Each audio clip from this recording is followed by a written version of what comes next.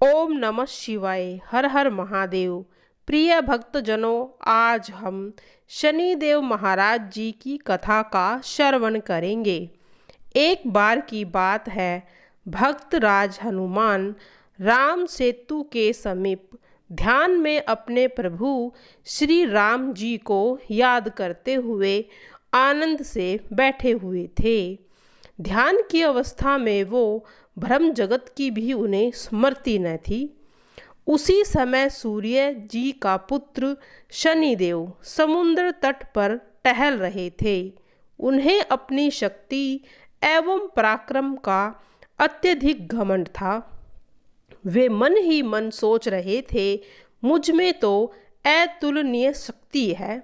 सृष्टि में मेरी समानता करने वाला कोई नहीं है। इस प्रकार विचार करते हुए शनिदेव की दृष्टि ध्यान मग्न श्री राम भक्त हनुमान जी पर पड़ी। उन्होंने महावीर को पराजित करने का निश्चय कर लिया था। युद्ध का निश्चय कर शनिदेव जी हनुमान जी के पास पहुँचे। उस समय सूर्यदेव की तीक्ष्णतम किरणों में शनि का रंग अत्यधिक काला हो गया था। पवन कुमार के समीप जाकर अतिशय उद्दंडता का परिचय देते हुए शनिदेव ने अत्यंत ककर स्वर में उनसे कहा, बंदर, मैं प्रख्यात शक्तिशाली शनि तुम्हारे सम्मुख उपस्थित हूँ और तुमसे युद्ध करना चाहता हूँ। तू पाखंड को त्याग कर अपने स्थान पर खड़े हो जाओ। अपमानित करने वाली अत्यंत कटु वाणी सुनते ही हनुमान जी ने अपने नेत्र खोले और बड़ी ही शालीनता और शांति से पूछा, महाराज, आप कौन हैं और यहाँ पधारने का आपका उद्देश्य क्या है? शनिदेव ने अहंकार पूर्वक कहा, मैं परम तेजस्वी सूर्य का पुत्र शनिदेव हूँ। संसार में मेरा नाम सुनते ही सब कांप उठते हैं। मैंने तुम्हारे बल और पौरुषे की कितनी ही गाथाएं सुनी हैं। इसीलिए मैं तुम्हारी शक्ति की परीक्षा करना चाहता हूँ। सावधान हो जाओ, मैं तुम्हारी राशि पर आ रहा हूँ। अंजनी पुत्र हनुमान जी ने विनम्रता पूर्वक कहा, शनिदेव, मैं वृद्ध हो गया हूँ और अपने प्रभु का ध्यान कर रहा हूँ। इसमें मुझे बाधित ना करें।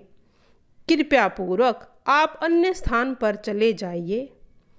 शनिदेव ने कहा, मैं कहीं जाकर लौटना नहीं जानता हूँ और जहाँ जाता हूँ वहाँ अपना सामर्थ्य दिखाता हूँ।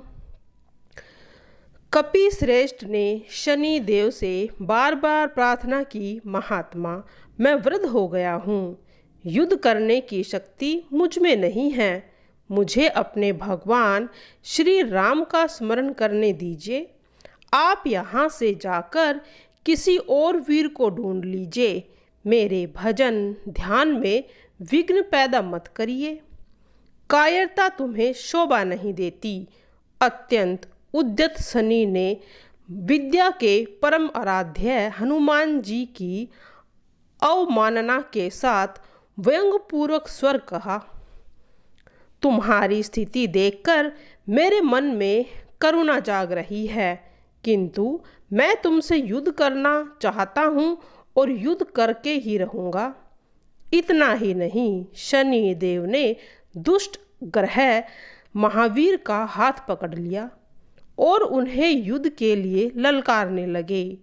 हनुमान ने झटक कर अपना हाथ छुड़ा लिया। शनिदेव ने फिर से उनका हाथ पकड़कर खींचा और युद्ध करने के लिए उन्हें खींचने लगे।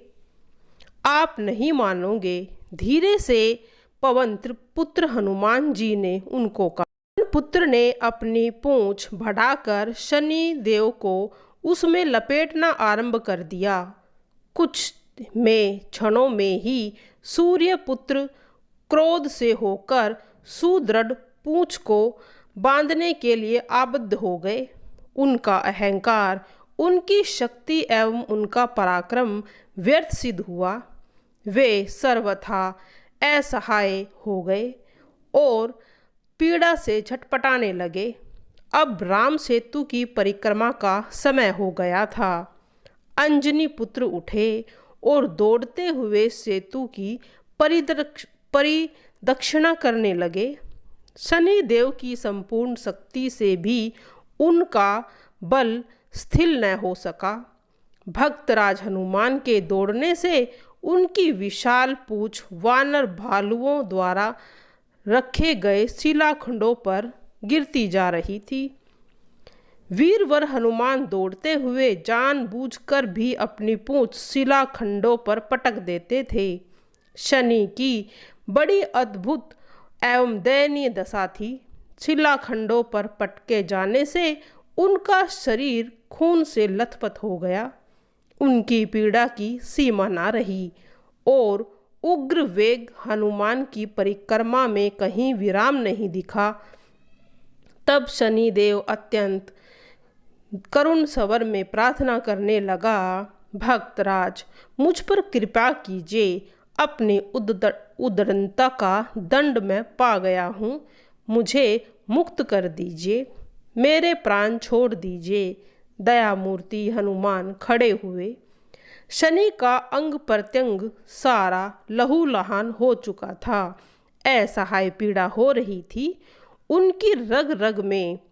और उसके बाद शनिदेव ने कहा, यदि तुम मेरे भक्त की राशि पर कभी न जाने का वचन दो तो मैं तुम्हें मुक्त कर सकता हूँ। ऐसे पवन पुत्र हनुमान जी ने कहा, और यदि तुमने ऐसा नहीं किया तो मैं तुम्हें कठोरतम दंड भी प्रदान करूँगा। सुरवंदित वीरवर, निश्चय ही मैं आपके भक्त की राशि पर कभी नहीं आऊँगा। पीड़ा से छटपटाते हुए शनि ने अत्यंत आतुर से प्रार्थना की, आप कृपया पूर्वक मुझे शीघ्र बंधन मुक्त कर दीजिए। शरणागत वत्सल भक्त प्रवर हनुमान जी ने शनिदेव को छोड़ दिया। शनिदेव ने अपना शरीर सहलाते हुए उनके चरणों में सादर प्रणाम किया और वे चोट की असहनीय पीड़ा से व्याकुल होकर अपनी देह पर तेल लगाने के लिए उनसे तेल मांगने लगे। उन्हें जो तेल प्रदान करता है उसे वे संतुष्ट होकर आशीष देते हैं। ऐसा कहते ही इसी कारण अब भी शनिदेव को तेल चढ़ाया जाता है। हिंदू धर्म ग्रंथों और शास्त्रों में भगवान शिव को शनिदेव का गुरु बताया गया है तथा शनिदेव को न्याय करने और किसी को दंडित करने की शक्ति भगवान शिवजी के आशीर्वाद के द्वारा ही प्राप्त हुई है। शनिदेव किसी को भी उनके कर्मों के अनुसार उनके साथ न्याय कर सकते हैं और उन्हें दंडित कर सकते हैं, चाहे वे देवता हो, सुर हो, असुर हो, मनुष्य हो या कोई अन्य प्राणी हो। शास्त्रों के अनुसार सूर्य देव एवं देवी छाया के पुत्र शनिदेव को क्रूर ग्रह की संज्ञा दी गई है। शनिदेव बचपन में ही बड़े उदंड थे तथा पिता सूर्य देव ने उनकी इस उदंडता से परेशान होकर ही भगवान शिव जी को अपने पुत्र शनि को सही मार्ग दिखाने को कहा था। भगवान शिव जी के लाख समझाने पर भी जब शनिदेव की उदंडता में कोई परिवर्तन नहीं आया तो एक दिन भगवान शिव ने शनिदेव को सबक सिखाने के लिए उन पर प्रहार किया, जिससे शनिदेव मूर्छित हो गए। पिता सूर्यदेव के कहने पर भगवान शिवजी ने शनिदेव की मूर्छा तोड़ी और शनि देव को अपना शिष्य बना लिया था और उन्हें दंडधारी आशीर्वाद दिया था। इस प्रकार शनि देव न्यायाधीश के समान न्याय एवं दंड के कार्य में भगवान शिव का सहयोग करने लगे। आइए सुनते हैं प्रिय भक्तजनों शनि देव जी की आरती। कीजे नरसिंह कुंवर की, वेद विमल यश गाऊं मेरे प्रभु जी। पहली आरती प्रहलाद उबारे, हिरणाकुश नख उदर बिदारे। दूसरी आरती वामन सेवा, बलि के द्वार पधारे हरिदेवा। तीसरी आरती ब्रह्मा पधारे, सहस बाहु के बुझा उघारे। चौथी आरती असुर संहारे, भक्त विभीषण लंक पधारे। पांचवी आरती कंस पछारे, गोपी ग्वाल सखा प्रतिपाले। तुलसी को पत्र कंठ मणि हीरा, हर्षि निखरी गावे 10 बीरा। जय शनिदेव महाराज तेरी सदा ही जय हो। अपनी कृपा दृष्टि सभी भक्तजनों पर बनाए रखना।